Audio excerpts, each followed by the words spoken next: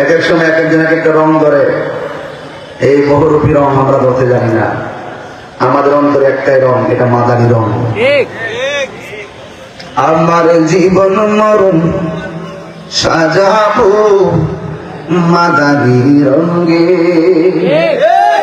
আমার জীবন মরণ সাজাবো মাদানী রঙে। সেই রঙে রঙিন হবে, সেই রঙে রঙিন হবে, আল্লাহ রাসূল থাকবেন আমার সঙ্গে। আমার জীবন মরণ সাজাবো মাদানী রঙে। আল্লাহুম্মা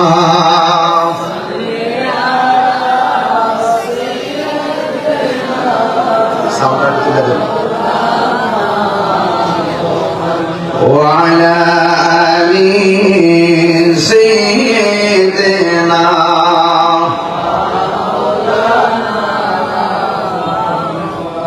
গভীর মনোযোগ। মওলা আলী রাদিয়াল্লাহু তাআলা তিনি কে? তিনি হলো আহলে বাইতের অন্যতম সদস্য, যাকে ভালোবাসা শুধু ঈমান না, ঈমানের অবিচ্ছেদ্য অংশ। ও বন্ধুরে, আমার নবী আপনার নবী বলেন, হে আলী, তোমার মর্যাদা আমার কাছে কেমন জানোনি? মুসা নবীর কাছে তার ভাই হারুন আলাইহিস সালামের যেমন মর্যাদা, তুমি আমার কাছে সেই মর্যাদা। আমার নবী আপনার নবী বলেন, আমার আলী হলো তেমন যার চেহারা দিকে তাকানো হলো ইবাদত। বড় করে কোন সুবহানাল্লাহ।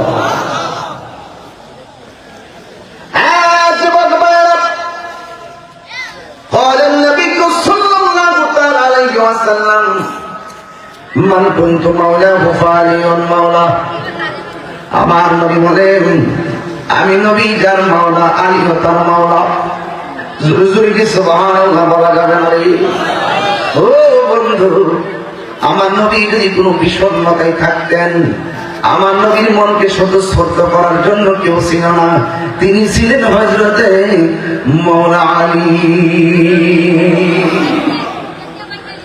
এই পৃথিবীর মধ্যে একটা মাত্র সন্তান খানে কাবা ঘরের চত্বরে জন্মগ্রহণ করেছেন, যার নাম হলো হযরত মাওলা আলী। হায়দারে কাররার, মুশকিল কুশা, শের খোদা মাওলা আলী রাদিয়াল্লাহু তাআলা আনহু। তিনি দুনিয়াতে আইসা কাহার চেহারা দেখে নাই, সর্বপ্রথম আমার নবীর চেহারা মুবারক দেখেছেন।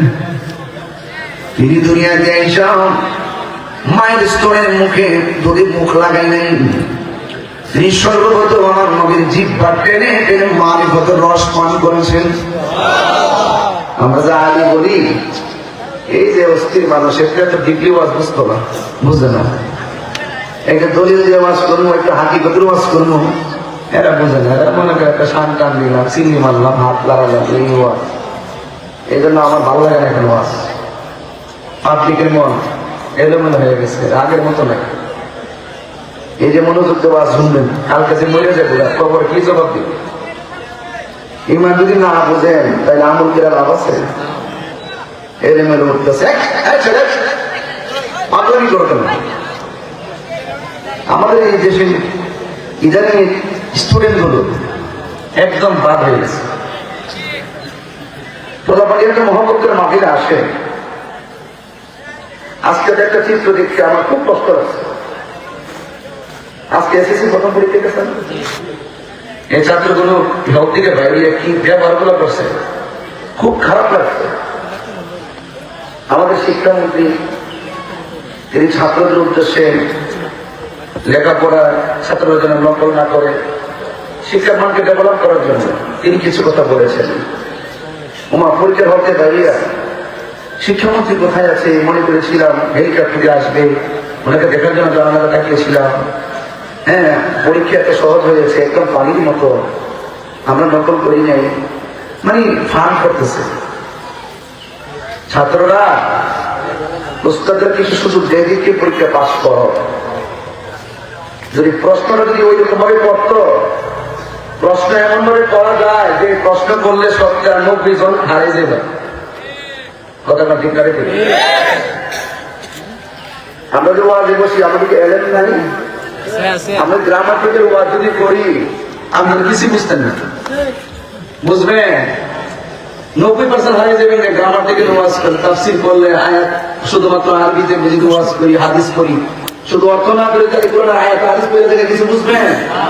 ওয়াজ কিন্তু করার ওয়াজ সহজ করে দেওয়া হয় আপনাদেরকে। যদি কেউ কাউকে আটকায়, যে কোনো প্রশ্ন দিয়ে আটকাতে পারে, সে যত বড় ব্রিলিয়ান্ট হোক, যদি আমার সাথে চ্যালেঞ্জ করেন, আপনি আমাকে এমন প্রশ্ন করবেন, আটকাতে পারবেন। আমি আপনাকে এমন প্রশ্ন করতে পারি, আপনাকে আটকাতে পারবেন। বুঝতে পারছেন? এই যে ছেলেগুলো এসএসসি পরীক্ষা দেয়, ওরা একজন সম্মানিত একজন শিক্ষামন্ত্রী। ওনার শিক্ষামন্ত্রী আমলে তো অনেক ঐতিহাসিক শিক্ষামন্ত্রী ছিল। উনি যাই বলছে আপনার এখানে ট্রল করতেছেন, মজা করতেছেন। এই জন্য আমি বলতেছি যে ওয়াজ মাহফিল যদি মনোযোগ না দেন, আপনি আসলেন কেন? আপনি তো বাড়িতে সারা জীবন ঘুমাবেন। এই ওয়াজটা কি প্রতি বছর হবে? আপনি জানেন কিনা জানি না, ইসলাম জিন্দা হয়েছে কারবালার মাধ্যমে। আজকে ওয়াজ শুনতেছেন আপনারা, মূল দণ্ডে আপনারা থাকেন না, সব নকলের পিছনে দৌড়ে, আসলের পিছনে কেউ করে না। এই একটা জ্বালা লয়া করছে। এদের আপনাদেরকে বলবো, হাসি তামসা করবেন না। আমি 1 ঘন্টা ওয়াজ, আমি বলছি প্রথমে তো বলছি আমি এখান থেকে চট্টগ্রাম যাবো, মাহফিলের করে নাই, মানে আমাকে 11 ঘন্টা গাড়ি থাকতে হবে, আবার মাহফিল করে আবার এই কিংবা মৌলিবাজার, আবার 14 ঘন্টা গাড়ি থাকতে হবে, আবার সেখান থেকে পেকুয়া কক্সবাজার যেতে হবে, আবার আমাকে 19 ঘন্টা জার্নি করতে হবে। এত কষ্ট করে আসে আপনাদের জন্য ভাই। আমি যে হাসান হোসেনের ওয়াজটা ধরছি, আপনি জানেন না যে আমি কোন জায়গায় ওয়াজটা ধরছি। তো মূলটা যদি আপনি না বোঝায়, আপনি কি বাকিটা বুঝবেন? এই বাকিটা বুঝবেন? রাখবেন না। মৌলালি বেজার হয়ে গেলে আপনার ইমান শেষ, পাঞ্জাতন বেজার হয়ে গেলে আপনার ইমান শেষ, আহলে বাইত রাসূল বেজার হয়ে গেলে আপনার জিন্দেগি বন্দেগি সব শেষ। আর কথা কোন ঠিক কিনা কম? আপনি আসল খুঁজবেন না, নামাজ পড়বেন, পড়ার মতো তো পড়তে হবে নাকি ভাই স্যার? হ্যাঁ, আমরা তো 102 জোর হইলে মসজিদে যাই না, 99 জোর হইলে তো মসজিদে যাই না, কয়েকটা তাপ লাগতেছে বড় নামাজ পড়ে। আর ইমামে আলী মুকামের গায়ের মধ্যে অসংখ্য তীরের আঘাত, বল্লমের আঘাত, তলোয়ারের আঘাত দিয়ে তিনি নামাজ পড়ছেন। তিনি বুঝাইয়া দিয়ে গেছে ওই ইয়াজিদের নামাজ আর আমার নামাজ এক নামাজ না। এই জন্য সুন্নিরা সব জায়গায় নামাজ পড়ে না, সব ইমামের পিছনে নামাজ পড়ে না।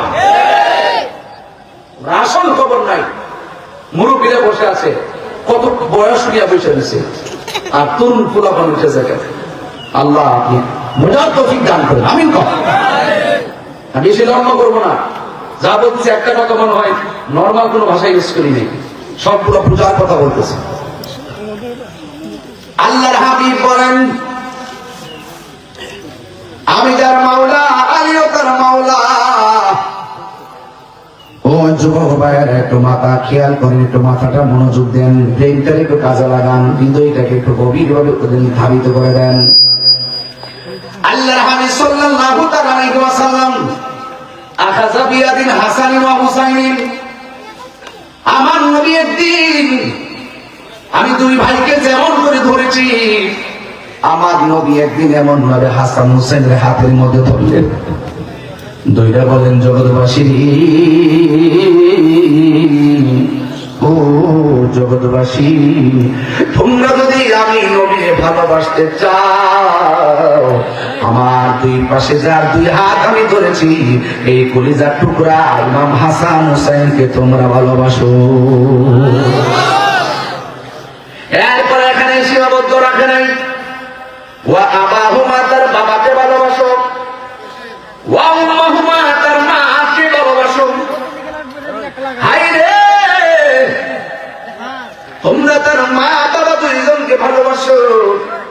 এই 4 জনকে যারা ভালোবাসবা, আমি নবী কথা দিলাম, তোমরা জান্নাতের ভিতরে 2টা আঙ্গুল যেমন করে একটা সোনার একটা লাগানো, তোমরা জান্নাতের মধ্যে তাদের পাশাপাশি বসবাস করবে। এখন আমি বোঝাইতে চাইলাম শুধুমাত্র হাসান রাদিয়াল্লাহু তাআলা আনহুকে ভালোবাসতে চলবে না, ইমাম হুসাইন রাদিয়াল্লাহু তাআলা আনহুকে ভালোবাসতে হবে। শুধুমাত্র হাসান হুসাইনকে ভালোবাসতে চলবে না গো, ওনার আব্বা আম্মাকেও ভালোবাসা লাগবে।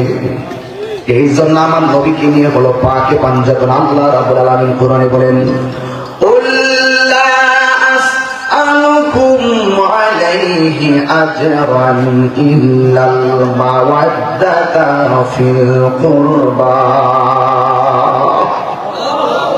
আল্লাহ বলে, বন্ধু রে, ও বন্ধু আপনি বলে দিন। আমার নবী বলেন, হে উম্মত, যুদ্ধের ময়দানে আমার গায়ে থেকে রক্ত মুবারক ঝরাইছে। টাকলা টাকলা যুবকগুলো আমার পিঠের মধ্যে আঘাত করে রক্ত লাল করে ফেলছে। আমি নবী এর বিনিময়ে তোমাদের কাছে কিছুই চাই না, ইল্লাল মাওয়াদ্দাতা ফিল কুরবা।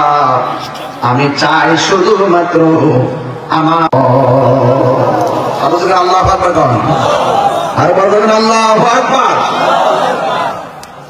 আমি চাই শুধুমাত্র আমার আহলে বাইতের মহব্বত। আমার নবী একদিন এশার নামাজ আদায় করলেন, গায়ের মধ্যে ছিল কালো একটা চাদর মুবারক। মৌলানা রাদিয়াল্লাহু তাআলা নবীর কাছে আসলেন, আমার নবী আলীকে চাদরের ভিতরে ঢোকালেন।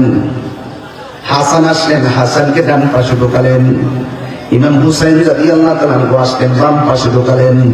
আর মা ফাতেমাকে আমার নবীর পিছনে রাখলেন।